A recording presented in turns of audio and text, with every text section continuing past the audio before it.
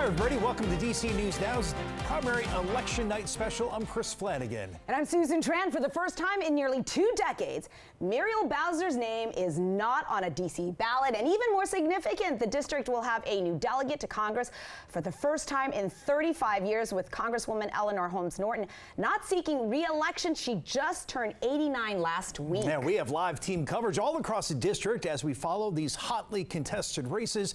DC News Now's Mariel Carbone and Ben Dennis are at watch parties for mayoral candidates Janice Lewis-George and Kenyon McDuffie. DC News Now's Randy Bass right there, along with Daniel Hamburg. They're following the district's congressional delegates races. And Daniel is with Robert White's campaign, while Randy is busy out there in the field with Rick Pinto's watch party. Now, 75% of the district's registered voters are Democrats, all but assuring the party nominees go on to win in November. In fact, there are more nonpartisan voters at nearly 18% than Republicans at just over 5%. And there are a number of races where there are no other party candidates. No Republicans are on the ballot for mayor, ward 3 council member, or U.S. shadow senator. The Green Party does have candidates running for mayor, but not for attorney general, U.S. Senate, or U.S. representative. So it's likely the Democrat who wins the nomination is a presumed winner in November's general election. Over on the Republican side, it has the largest group of candidates in more than 30 years. Manuel Rivera is the first Republican to run for the district's attorney general seat, and he's unopposed in the primary. Republicans are also running in a slew of other races like chair of D.C. Council and council members for wards 1, 5, and 6 and at large. Well, Sunrise on the Hill's Corey Smith joining us live on Capitol Hill tonight. Corey, great to see you. You and Hillary Howard have had the chance throughout the primary election season to sit down with nearly every candidate running for mayor as they share their policy priorities. What really stood out the most to you, Corey? I think across the board with each candidate we spoke to, there was an acknowledgement that basic services within the district need to improve, whether that's 311. We heard a lot of candidates talk about the snowcrete issue we had earlier this year. You talk about cutting things like red tape and the permitting process to jumpstart housing affordability. So we heard all of the same issues, how you get it done, and sort of what the reason it's maybe not living up to what it should be right now under the Bowser administration sort of differs, but it all came back to affordability, just like it is on the national level, with each one talking about housing and childcare and starting a small business, growing the DC economy, and really having to face the district's financial reality in the face with slashing of federal jobs, highest unemployment rate in the country, and dealing with that very early on, getting folks back to work, preserving what's already there, but trying to do more because they are coming in first time in more than a decade that we get a new mayor. So they got big plans. Can they get it done and deal with the fiscal reality in the district is a big question. And if you were reading our cues here, let's talk about the mayoral race. Janice Lewis-George repeatedly declining requests to come to speak to y'all there on Sunrise on the Hill. But you had the chance to talk to Kenyon McDuffie about how he would address the teen takeovers that can at times become quite violent. What are some of his remedies that he's talking about? Well, he dropped the first 100 days line early on in our conversation. We talked about this issue that has gone viral, not just in the district, but across the country. And it really comes down to engaging these youth where they are and giving them something to do. He talked within the first 100 days, a comprehensive sort of across the government look at agencies that directly deal with youth mental health and youth jobs and getting them involved. And giving these kids something to do. I think that's sort of the message that kept ringing in my ear as we were talking about sort of this strategy that he laid out. Of course, there are a lot of government agencies within the district. How many of them actually touch youth well-being is a question that will maybe be answered if he ultimately does pull out the victory tonight. But like a lot of the candidates in this race, they do talk about the long-term solution being getting to meet these kids where they are and giving them something good to do that can spur them on with the rest of their lives, but also recognizing that there has to be some sort of short-term solution. Is it the curfew? They differed on that question, but we did try and get them on the long-term and the short-term approach to addressing such a big issue. All right, Corey, the next mayor will have to navigate a relationship with Congress and the president, who has threatened to take back the district if a crazy socialist won. She's a self-described democratic socialist. Take a listen to what the president had to say and her response she gave at polls earlier today. Like it, and maybe we'll take back Washington, run it on the federal basis. We won't put up with it. We're not going to lose our businesses. The people of D.C. want a mayor who will stand up to Trump, who understands that we're not going to get ICE off our streets by fearing him, who understands that we are not going to fight for our autonomy and ultimately statehood by complying in advance. And so I'm ready to stand up for our city, our autonomy, and ultimately for us to achieve statehood. And Janice Lewis George, of course, there are seemingly two schools of thoughts on the impact on voters.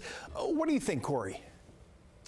Well, look, I think some folks in the district are saying, well, at least they got the stadium done before this race actually happened. But look, we talk a lot about Janice Lewis George, and it's so easy to make the connections to what Zohran Mamdani did in New York. The president had similar comments about him during his mayoral race. And how did that turn out? Well, they ended up being in the Oval Office together, taking photos. They do still somewhat have an adversarial relationship. But President Trump can't do to New York what he would like to do, and in some ways has already done in the district, and that's put his finger on the scale here. We saw it last summer with the federal takeover, the brushing up of law enforcement here in the district and the flooding of the zone, sort of.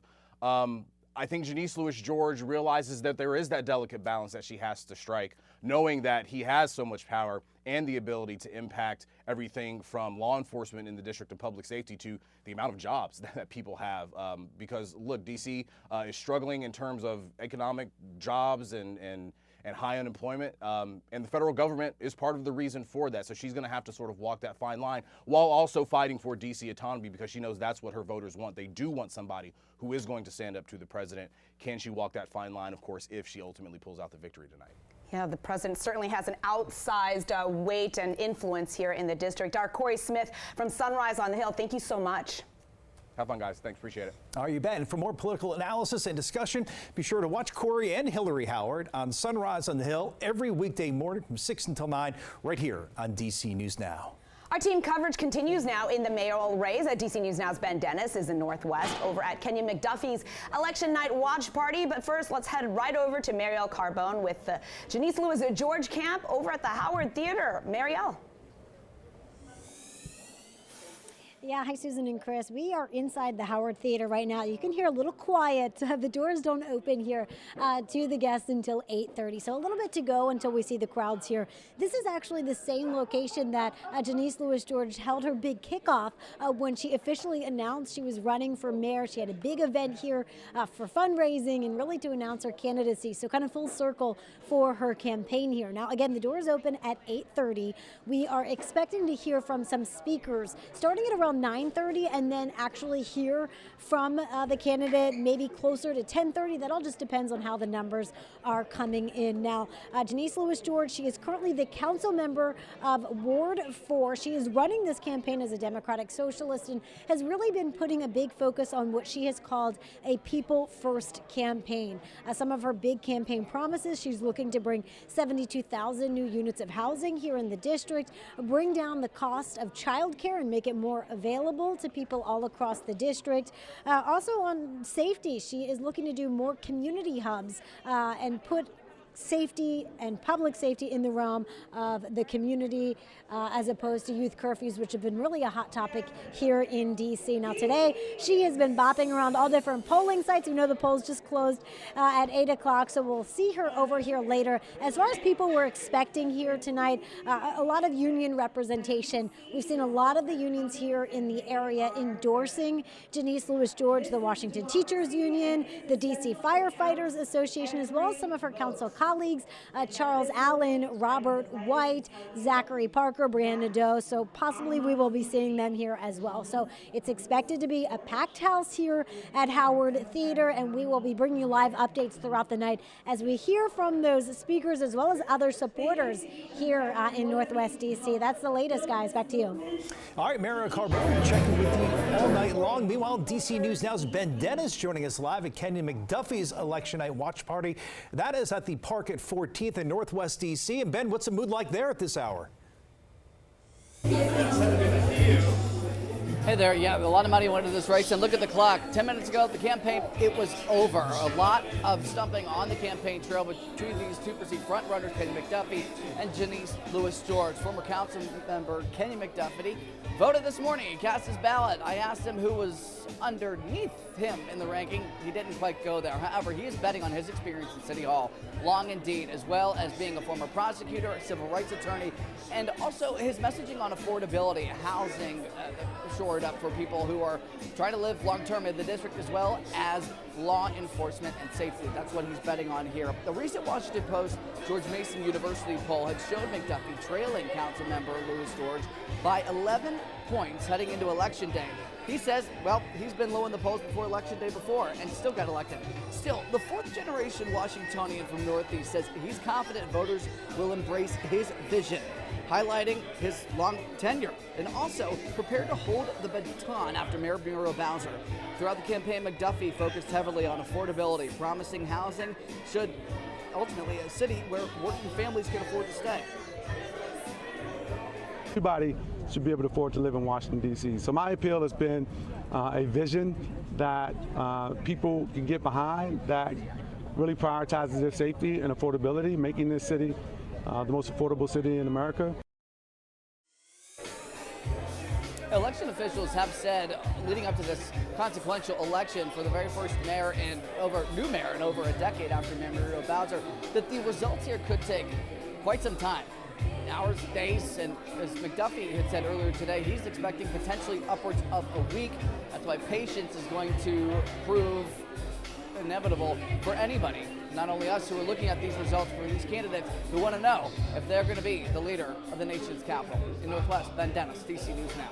All right, Ben, we'll see what happens. This election is also the first in the district to use ranked choice voting. And that's where voters can rank their preference for their top 5 candidates. If no candidate gets 50% of the first choice votes, the person in last place is eliminated, and then their votes are redistributed over to the other candidates. And this is going to continue until someone tops that 50% threshold. The system also means it'll likely take longer to tabulate all of these ballots.